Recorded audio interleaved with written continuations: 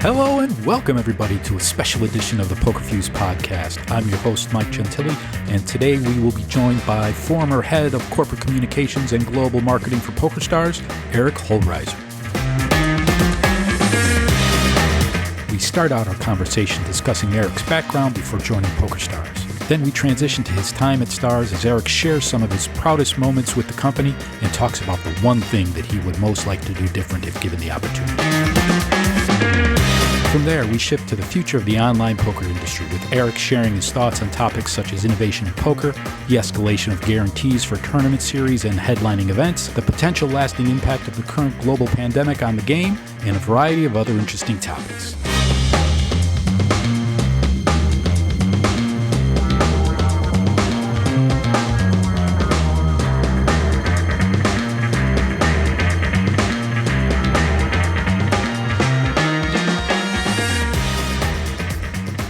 Today we're joined by Eric Hollreiser, the former head of communication and marketing for PokerStars. Eric, how are you doing today?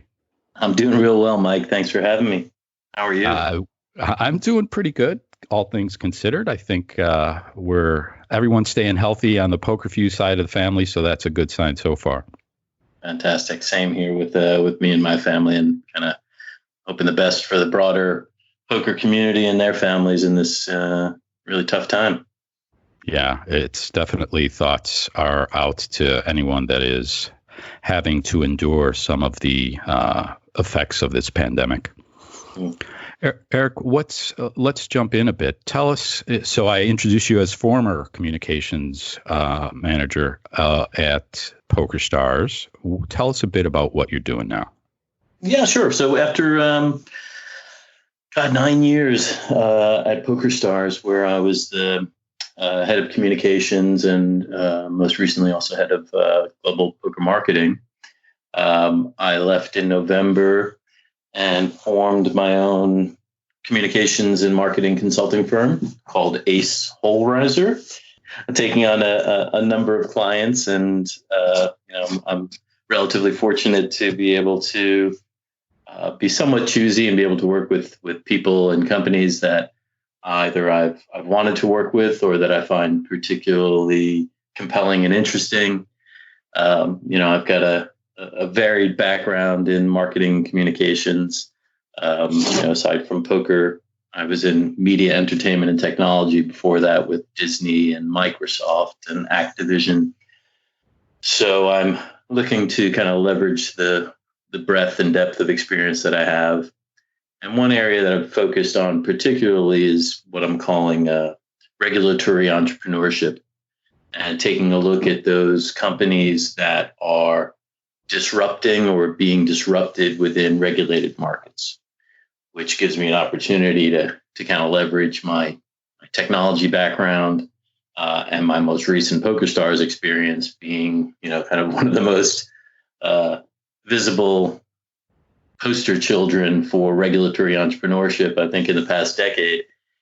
And so it'll allow me to leverage that experience and expertise and put it against various, as I say, disruptive companies that are, as innovators often are, well ahead of the regulatory curve, well ahead of regulators and governments, and help them seize the opportunities that come with being that far ahead of the curve, but also hopefully avoid some of the landmines that are inherent in that kind of a innovative and regulatory environment. Okay. I know, Eric, we have talked personally in the past, and you have some, I consider you to be a pretty good storyteller, and I know you have some interesting stories about your background prior to PokerStars. Can you pick out one of those and share it with us? Oh God, I've been very fortunate to have, multiple lives and such varied interests and experiences. My days at the Walt Disney Company were amazing, and working in the early days of the rebirth of Disney Channel and working in Hollywood were amazing, and working with young stars like Hilary Duff and Shia LaBeouf, absolutely fantastic. Wow. Being at Microsoft when we launched Xbox 360, and really getting engaged in the business of video gaming. I had been a gamer for many years, but getting into the business of that. Bill Gates for a number of years. I was responsible for all of his public appearances and press interviews related to Microsoft's consumer business. So, I did the launch of Xbox 360, the launch of Halo, the launch of consumer products, some of which did very well, like Halo, some of which not so well, like Zune, which you may or may not recall was Microsoft's I do not. meant to be their iPod killer. And now is on the dung heap of technology relics, but was well ahead of its time. So fantastic time at Microsoft. And then I went over to Activision and headed up communications for the then exploding video game called Guitar Hero, which became, I think the first ever $1 billion video game franchise, and was the biggest video game of the time. And there I got to combine a lot of passions, my interest in technology and converged media, deep interest in music, and got to launch all sorts of fun games and do great promotions, from things like having a secret show of Metallica at South by Southwest in, I think it was 2009, 2010, to launching DJ Hero with yet another secret show in Los Angeles, where we did a last minute invitation to the Wiltern Theater to see a performance by Jay-Z and Eminem,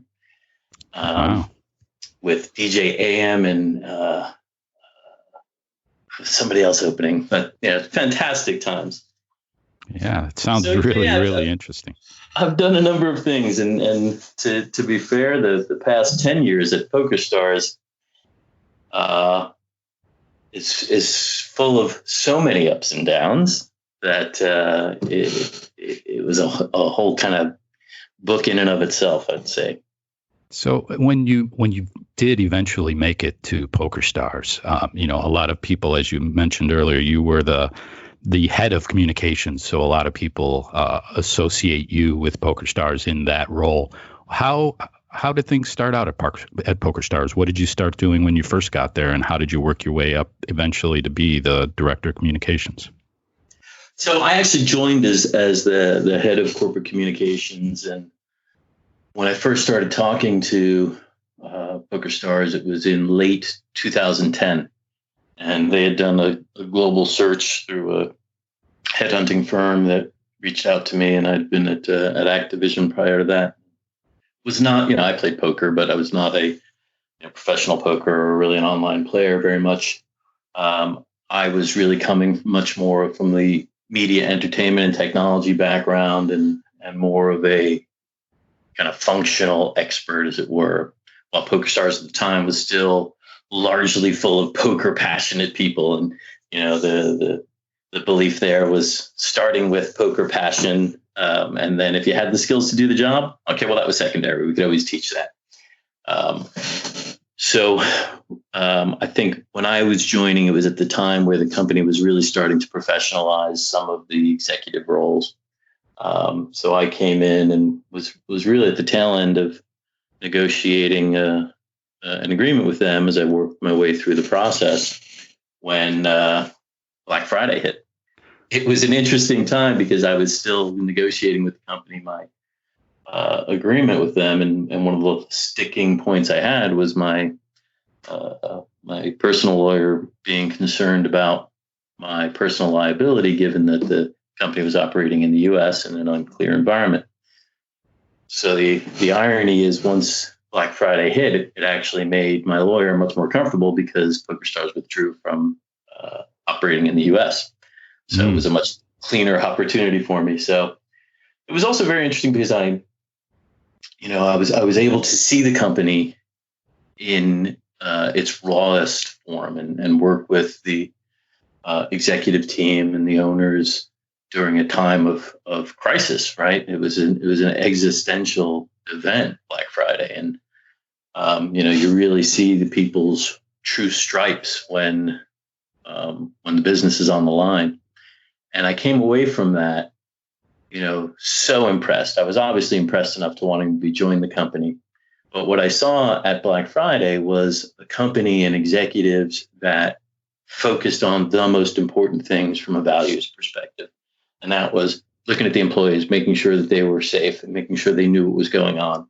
Same thing with customers and players, giving them as much information, making sure that they were able to, as it relates to players, access their funds as quickly as possible.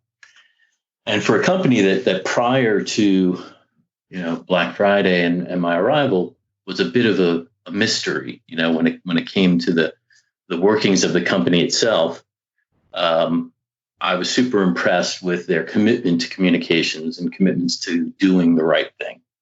And it made me feel that much better about my decision to join the company. That's a pretty interesting time to be joining the company, that particular company. Yeah, it was. As a communications professional, it was a blessing and a curse, right? Because it was a time when communications was so important and so tough, and dealing with really, as I said, existential issues, but also made the importance of the role that much more clear. So I got I was part of the executive management team from the day I started through till last November. And so, communications always played an important role, even at a time when the company was, what some would consider much more secretive.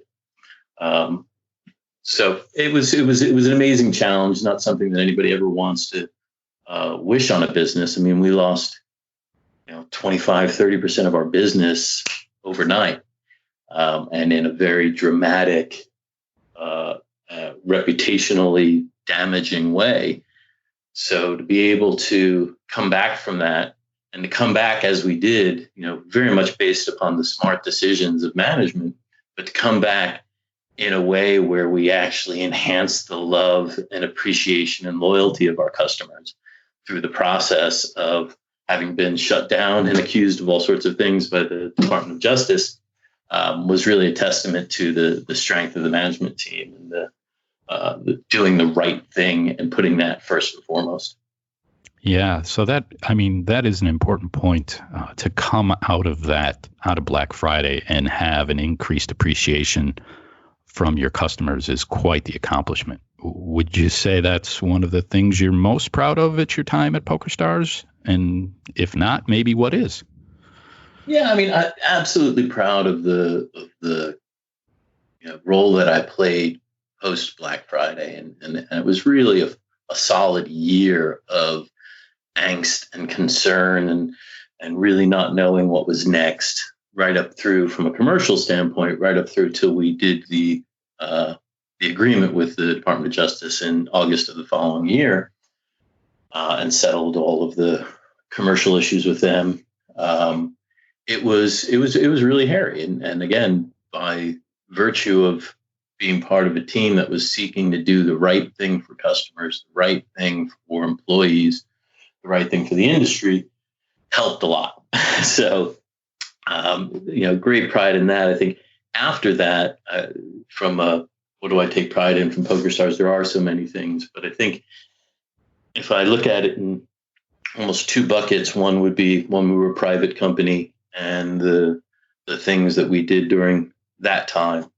I think helping to pull the curtain back on the operations of the company and to expose players and media and the public more to the workings of the company. I think I'm super proud of, and it helped to really enhance the understanding of PokerStars as a very credible, well-run business. It helped to, I think, open up the idea that online poker is a very legitimate and credible business and an industry. And to a certain extent, being located in the Isle of Man, and opening up the Isle of Man a bit more, it gave a bit more credibility to the Isle of Man as a wonderful place to do business. Okay. That being said, what do you think some of the things that you would absolutely have done differently given some hindsight? Well, that's pretty easy. And you look at the issues around Supernova Elite, right? And and what we did there. And, we could probably spend a good hour, and you and I have at all hours of the evening talked about some of these issues. But, in hindsight, we obviously could have handled Supernova Elite better. And as I've always said, sometimes not so eloquently or with the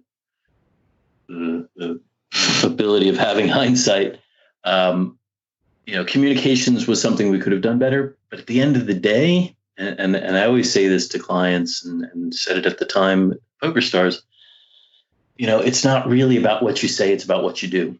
And yes, we were being beat up for some of the things that we said that we could have said better. But at the end of the day, what we did is what upset players, very understandably. Right. The way that we managed the communications of that wasn't great. And internally, I won't get into the details of it, we weren't ready to communicate it when we communicated it. And that became very apparent.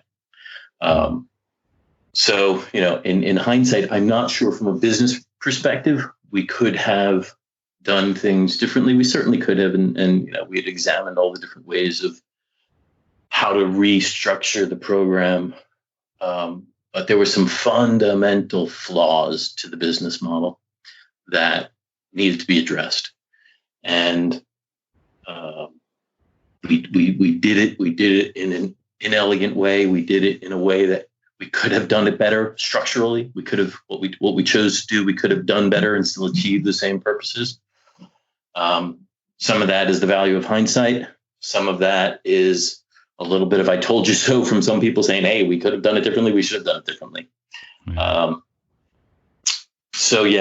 From what would I do differently? Supernova Elite, 100% differently. Exactly how? It's hard to say. It would have been a combination of what we chose to do and how we chose to communicate it.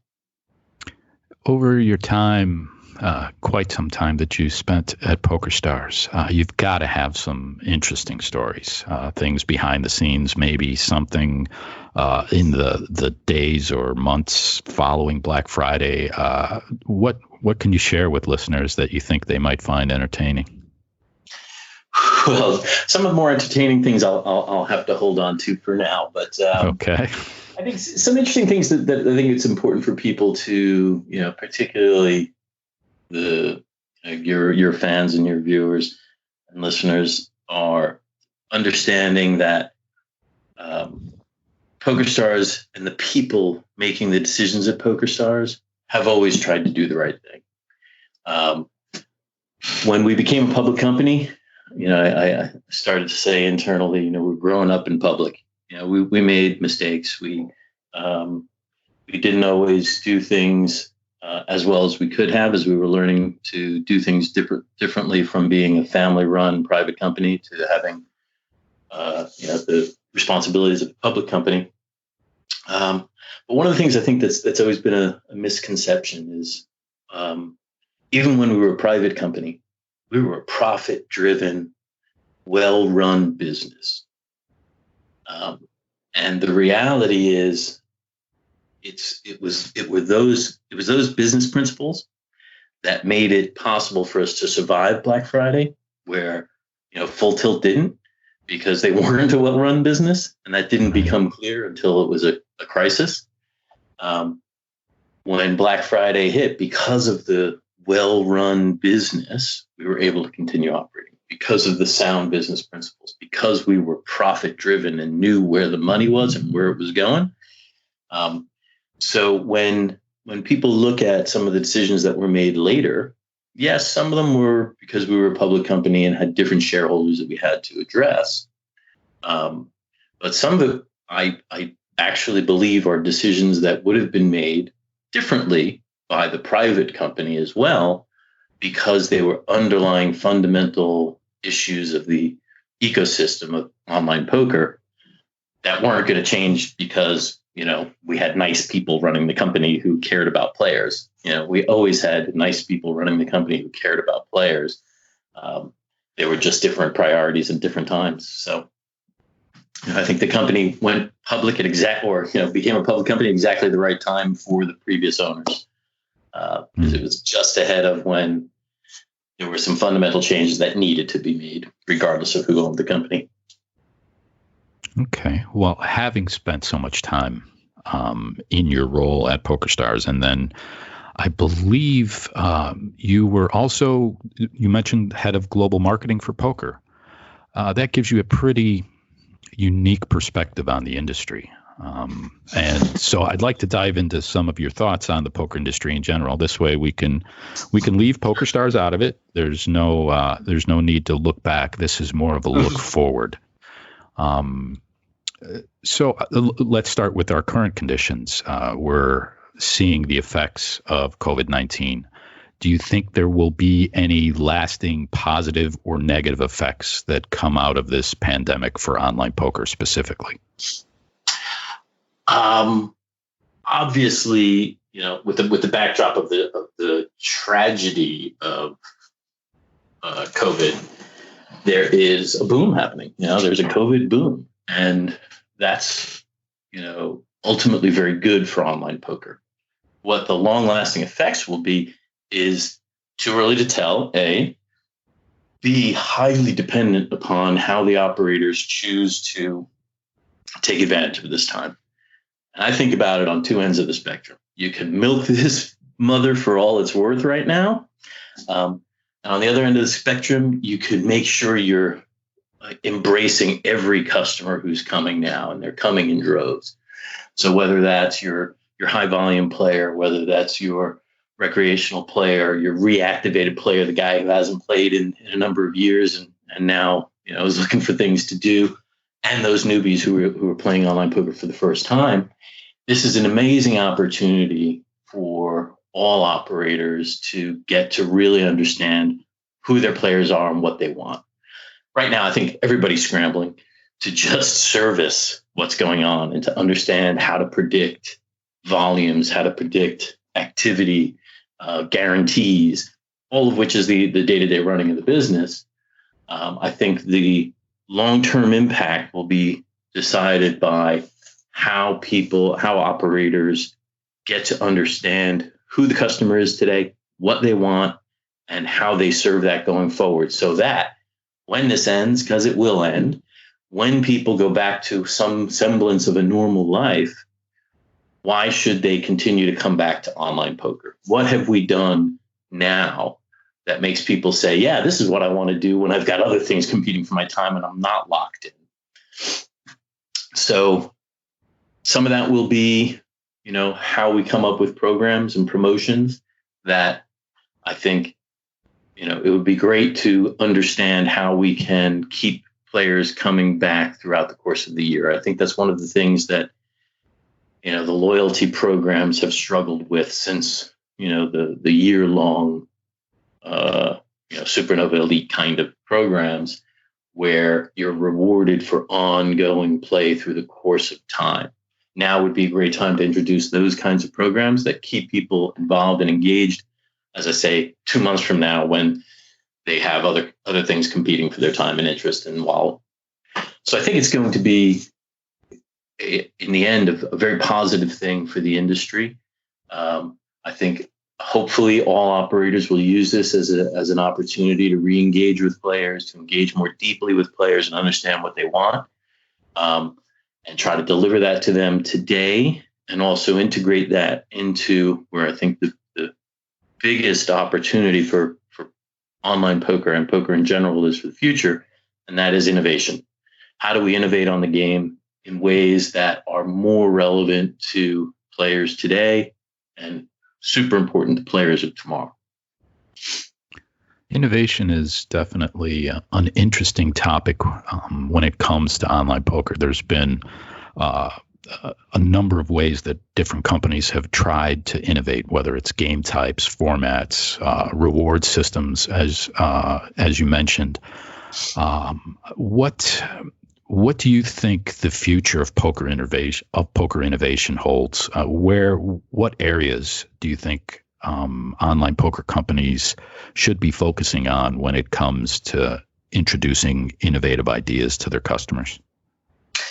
I think it's got to be in the broader gaming space, video gaming space. and that's a challenge. And certainly PokerStars has been very good at this, but it's a challenge. So how do you reward the kind of exciting play that doesn't so dramatically change the reality of online poker? And if I had the answer, trust me, I would be out there, getting a patent on it and Sure. trying to sell it. So I don't pretend to have what the right innovation is, but I think it needs to resemble more the qualities of what we're seeing in video game play, competitive video game play. I think it's innovating enough so that you can stay ahead of the AI monster and the solving of No Limit Hold'em, but keeps the fundamentals of poker interesting to the kind of people that like poker, that like strategy games, that like games of incomplete information, right? So it sounds like you're saying that the innovation to the actual product itself is probably the most important thing for online poker. I think it's a combination. I think it's new variations of the game that keep it interesting and compelling, and it's also the technology, right? So whether that's better UI, UX, and deeper immersion into the experience of playing online, which I think things like 5G are going to make more accessible, so that whether it's virtual reality or other kinds of augmented experiences while you're playing online poker, I think that's really, really rich ground. We know from the history of online poker that, live poker is the ultimate ambition, right? That's what everybody's aspiring to, whether they say it or not, whether they ever actually do it or not.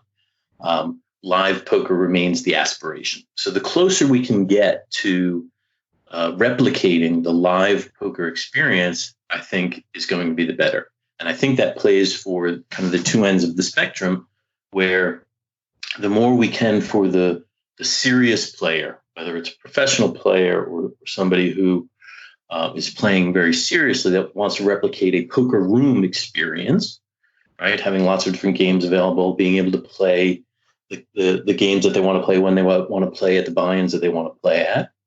Or it's the recreational level where it's social, almost like the home game, right? There's such a social element to it that gets lost in the current versions of online poker. I think the increased bandwidth, better technical capability, and some imagination and innovation will bring that experience much more to life and make it more compelling. I think when you look at things like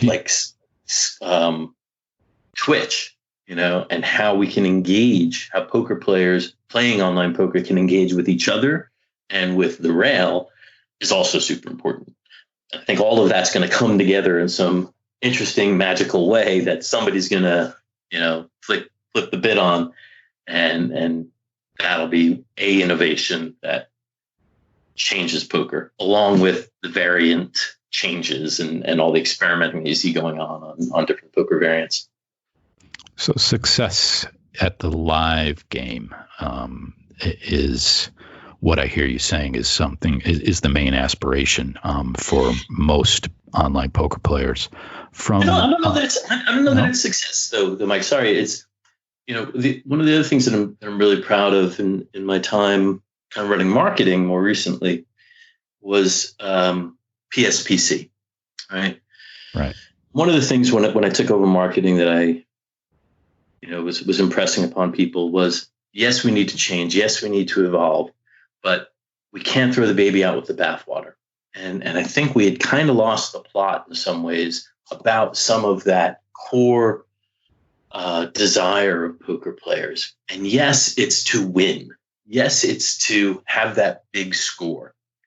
But winning and that big score are part of the broader aspiration and experience and lifestyle, and frankly, the sexiness of live poker.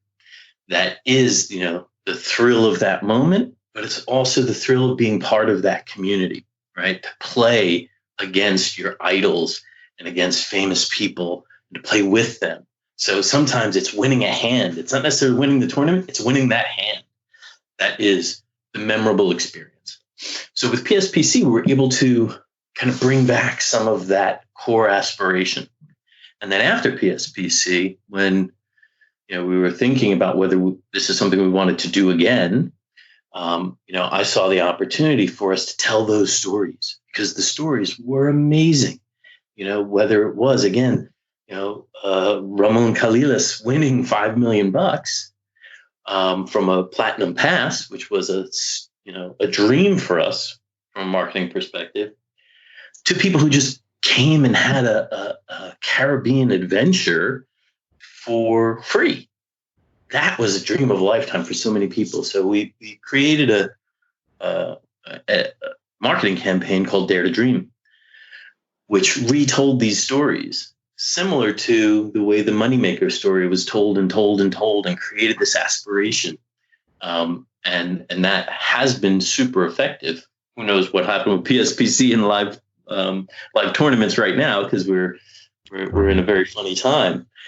But again, when I think about that live experience, it's as much the aspiration of community and engagement and fun as it is competitive. And there is a competitive element, a huge competitive element, and a huge I want to win $1 million component. But it's more than that. And that's what I think makes poker such a widely popular game. So I think it's pretty widely accepted, whether it's accurate or not, I won't speak to, but it's pretty widely accepted that aspirations of online poker players early on in the online poker boom were to become a professional. From a marketing perspective, what do you think the story is that online poker and the online poker industry in general should be promoting, should be telling to further increase its player base and its popularity? Recognizing that, and one of the things that was controversial that I was very much leading the charge on was our evolution of how we saw sponsored pros, right? And I think what we did and what I saw and still see as the evolution that we needed to foster was the ambition of poker players, of some poker players, many poker players, is still to be a pro. But that's changed and evolved.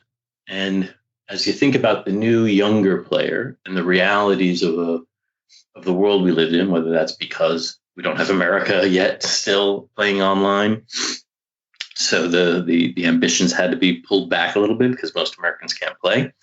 But the ambition was less being a sponsored live poker pro to being a streamer. And some of that was, I think, just a natural social evolution when we see the rise of YouTube stars and social media stars, and to a certain extent reality TV stars.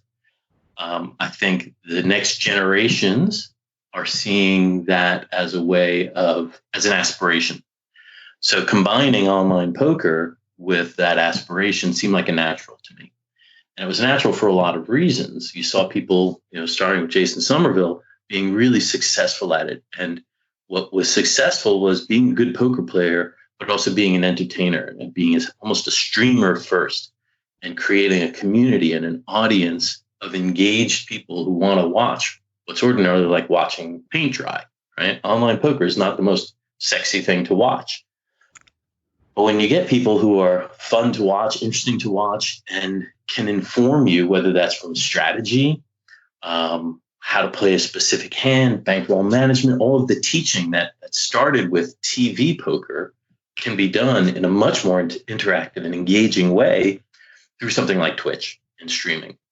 So I think the aspiration needed to, and probably still needs to evolve more toward the more modern way that people are experiencing gaming and communicating. And that's when we think about COVID also, I think there's an opportunity here as we all find new ways of staying in touch.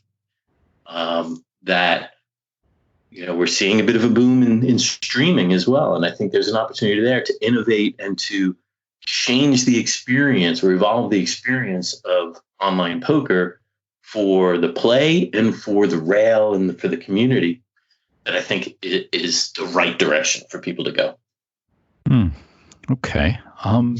One of the things that we've seen recently, and I think is only exacerbated by COVID, is the ever escalating series and event guarantees.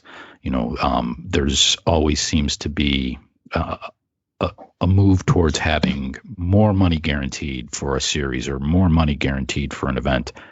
At some point, that needs to stop, I would think. I'm curious as to what are your views on how that has evolved and what the online poker industry can do to maybe head off any dangers that might be at the end of that escalator. Well, look, if you're doing it responsibly, there's probably a limit. But if you're doing it responsibly, the limit is dictated by the interest, right? So, good responsible operators will be aspirational in setting their guarantees, but they'll also be realistic, right? Right now, online poker companies are blowing through their guarantees because they can't accurately predict it because the boom is so sudden, so dramatic, and we don't know how long it's going to last. So I don't think it's the escalating guarantees that are concerning to me. It's the being responsible about it, and I think as long as people are operators are aspirational in setting the guarantees, but realistic, I think the guarantee is always going to be important. Now, one interesting thing that I never got a satisfactory answer to is how much more people do you get attracted to a tournament because of the large guarantee? Kind of at what point is enough? Is it right a $10 million guarantee? Oh yeah, I'll play that. Or is it $100 million? At a certain point, I think, the numbers become so extraordinary that it doesn't really matter. So whether it's 10 million, 15 million, 25 million, 1 million, I think most people would be very happy with a 1 million tournament as long as the buy-in is right. Right. So,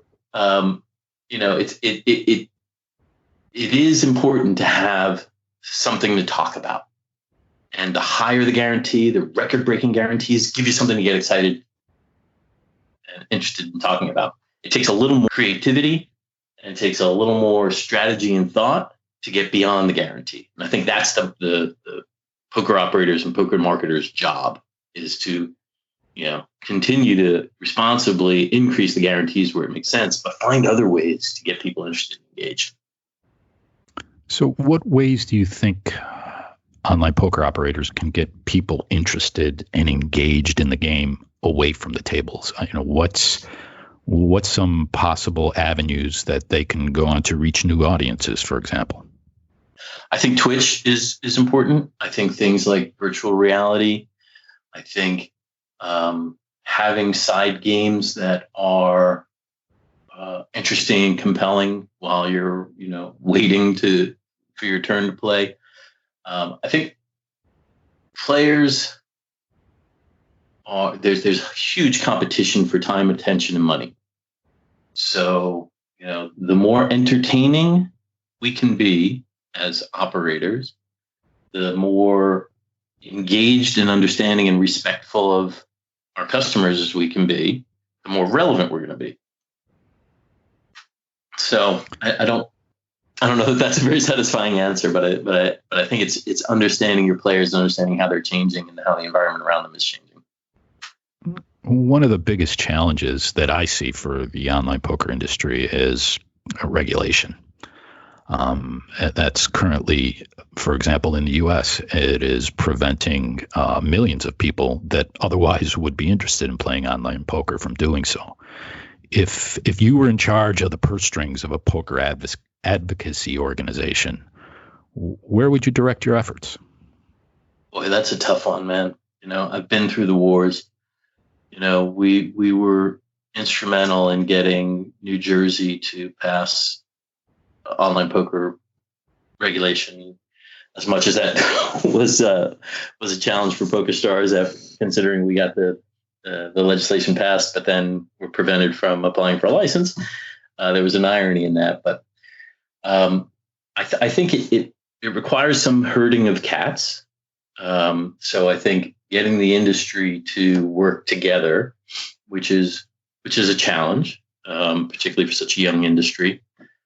But I think we're starting to see, through consolidation of the industry, fewer operators, which should help in getting everybody to work together. But the next step is a maturity that the industry needs to attain that focuses on consumer protections, right? How do we as an industry talk about consumer protections in a way that resonates with regulators in a responsible and smart way, right? I don't know where we fell down. I'll be honest with you. I would love to spend the time to try to figure it out. But the fact that sports betting has progressed far quicker than online poker in America, I think is a factor of the amount of money, right? And the media company and the vested interests behind sports, the leagues. As I say, media companies have a vested interest in growing sports.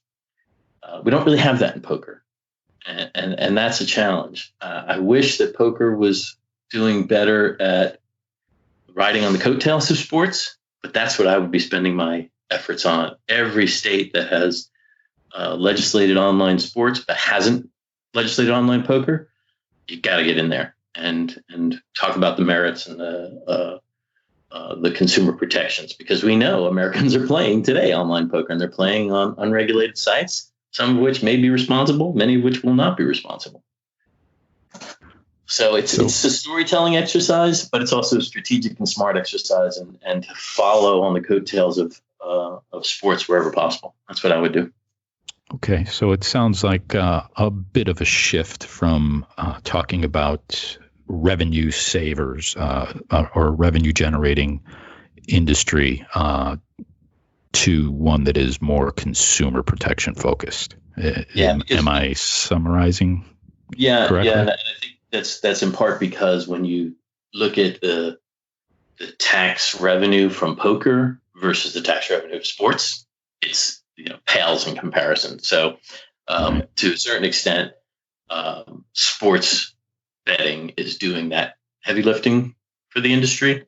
Now poker's got to get in there and say, hey, we've got millions of poker fans who are out there risking their bankroll every day by playing on illegitimate sites. It only stands to reason, particularly now that we've got sports betting, that poker be regulated from a consumer protection standpoint. Online poker operators have been traditionally, let's say, competitive. I think that's a fair word. There's been I've seen a recent trend where operators are being less cutthroat, let's say, when it comes to scheduling. That seems to be one thing that they're starting to learn to work together on, understanding that scheduling in conjunction, maybe not in cooperation, but in conjunction with their competition, can be beneficial to everyone overall. What would you say is the biggest opportunity for poker operators to work together to benefit the industry as a whole?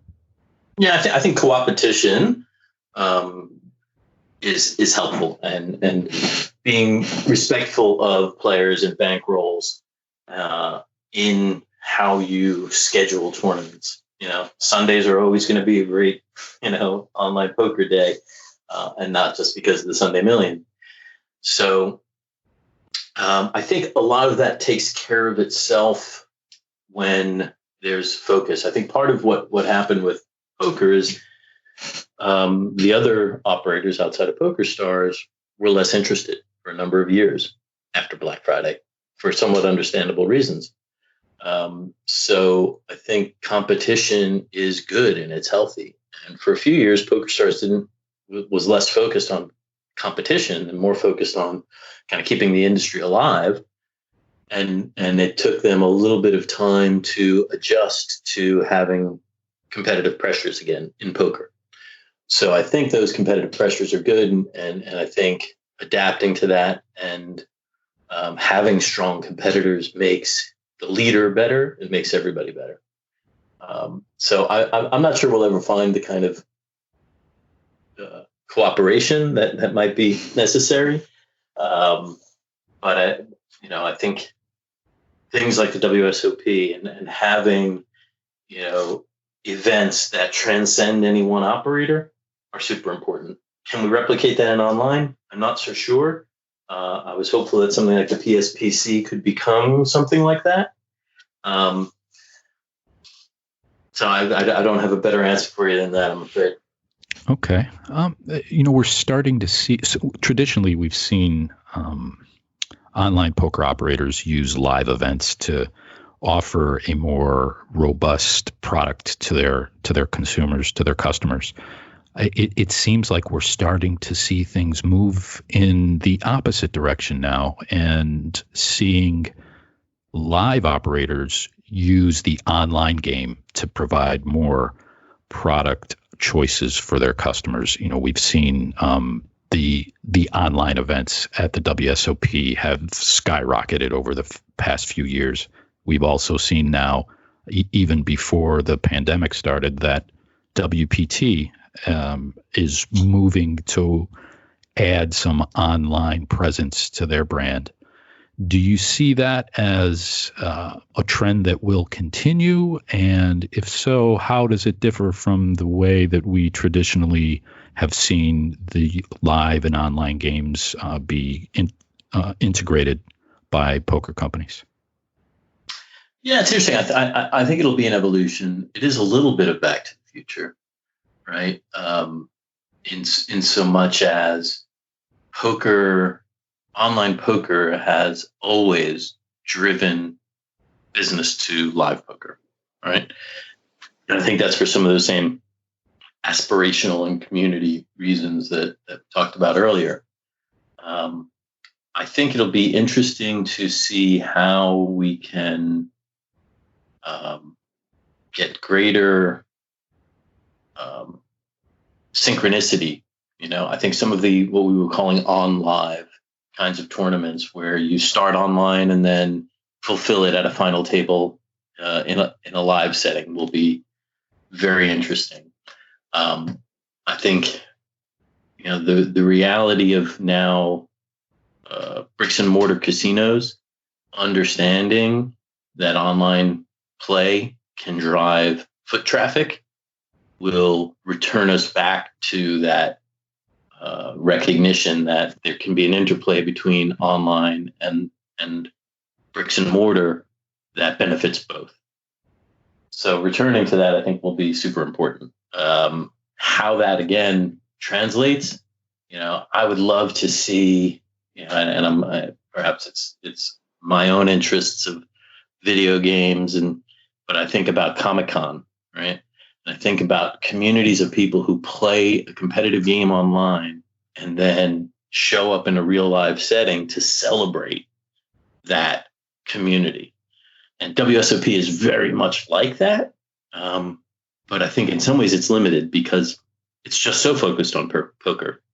It could be much more. When you were asking earlier about what more can poker companies do to keep players engaged, I think it's recognizing that they're not just poker players. They have other interests too. So how do you get those interests to align in a way that feeds a lifestyle and it doesn't feel like a disconnect, it feels like a perfect extension to the community that they've built in their poker game, whether that's their, weekly home game or it's their, their profession, online profession every day. How do you go and celebrate that? And I think that's what the live tournament can and should be. And what I think that, certainly PSPC was aspiring to and WSOP has been. Okay.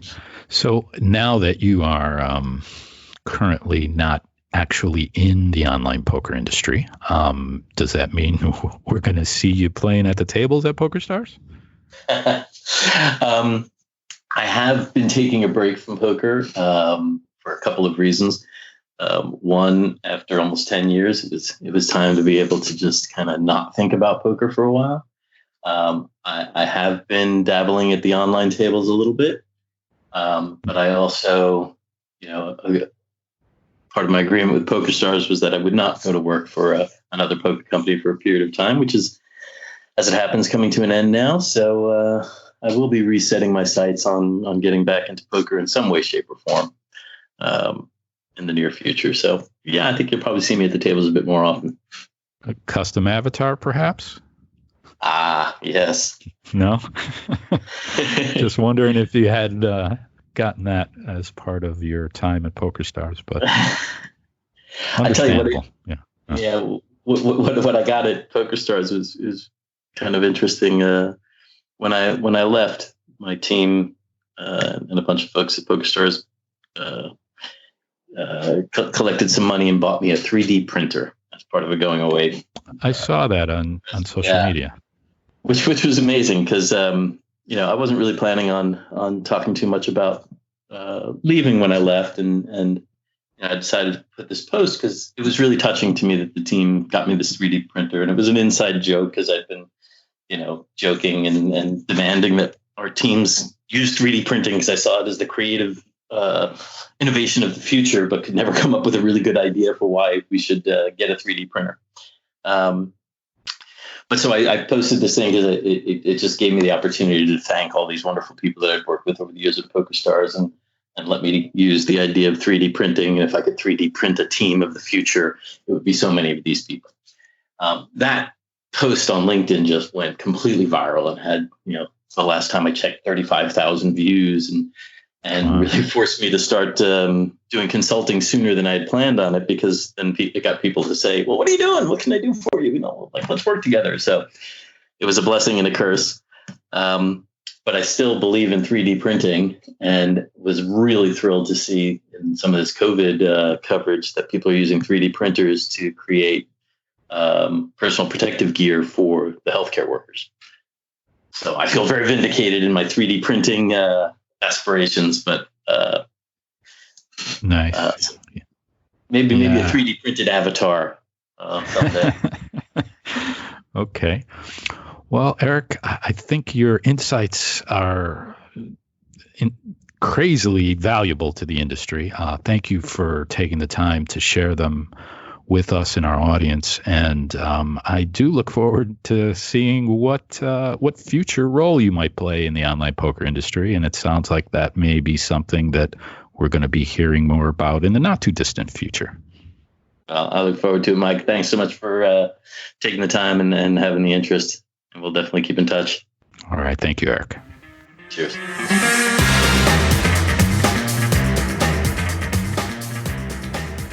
Well, that wraps up this episode of the Pokerfuse Podcast.